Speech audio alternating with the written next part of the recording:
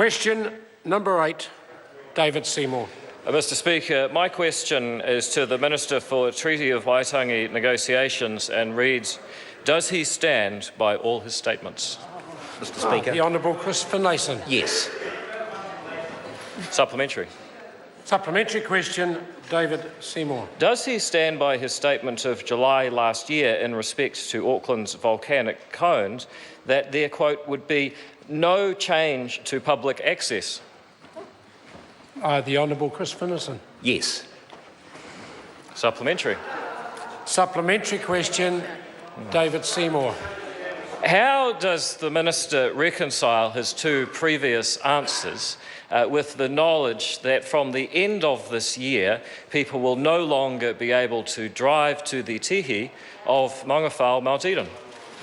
The Honourable Christopher Nason. Quite easily, because there will be unrestricted public access, but there are limitations on vehicles going up there for the safety of the environment and the safety of those going up the mountain.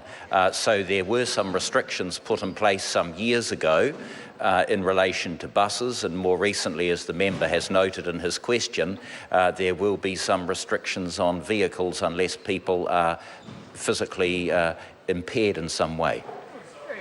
Supplementary question, David Seymour. Is the Minister prepared to explain to the disabled, the elderly, those with small children, that it's acceptable for them to be required to drive up to a gate, call a council staffer and explain their disabilities? If it satisfies that council staffer, they will be given a gate code to enter. Is that what he thinks is acceptable? And has he consulted the Minister for Disabilities? There's one supplementary allowed. The Honourable Christopher Nason. Well, yes, I'm very happy to explain it to those people. These are, of course, decisions for the authority.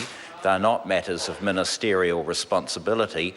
If anyone's upset about what the proposed changes, they could write to the Maunga Authority, which is made up of equal numbers of iwi representatives and Auckland City Council reps, and I would suggest also CC it to Mr Goff.